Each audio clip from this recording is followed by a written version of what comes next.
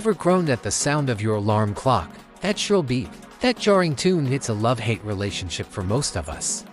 But have you ever wondered how people woke up on time before our phones did it for us? The story of the alarm clock is way more fascinating than you might think. Let's rewind the clock. Way back to ancient Greece. The brilliant philosopher Plato, around 400 BC, reportedly created a large water clock that would sound an alarm. It worked by having water drip from one vessel to another. When the second vessel was full, it would force air through a tube, making a sound like a whistling kettle. Pretty clever. It wasn't for waking up to go to work, though. He used it to signal the start of his lectures.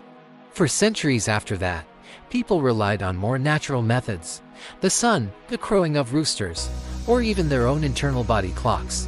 In medieval Europe, monks needed to wake up for prayers at specific times, day and night. Their solution: the knocker-upper. This was a real job.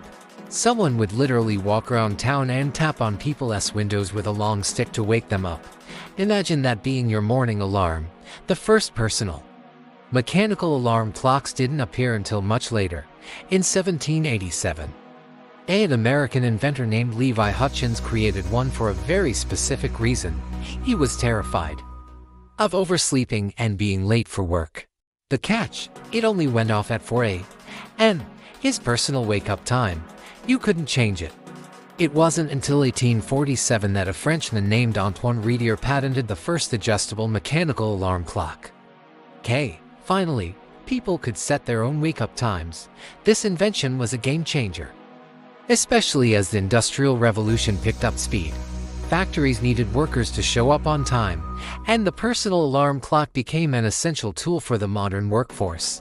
These early clocks were loud, with big bells on top that would ring until you physically turned them off.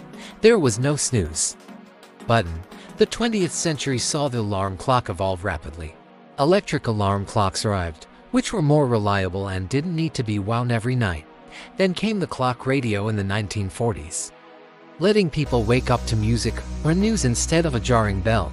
And who can forget the digital alarm clock with its glowing red numbers that became a staple of every bedside table in the 70s and 80s.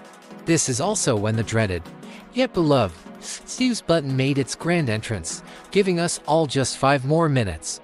Today, of course, most of us are woken up by our smartphones.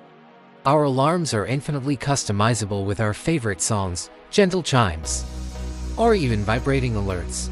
We've come a long way from Plato's water whistle and the friendly neighborhood knocker-upper.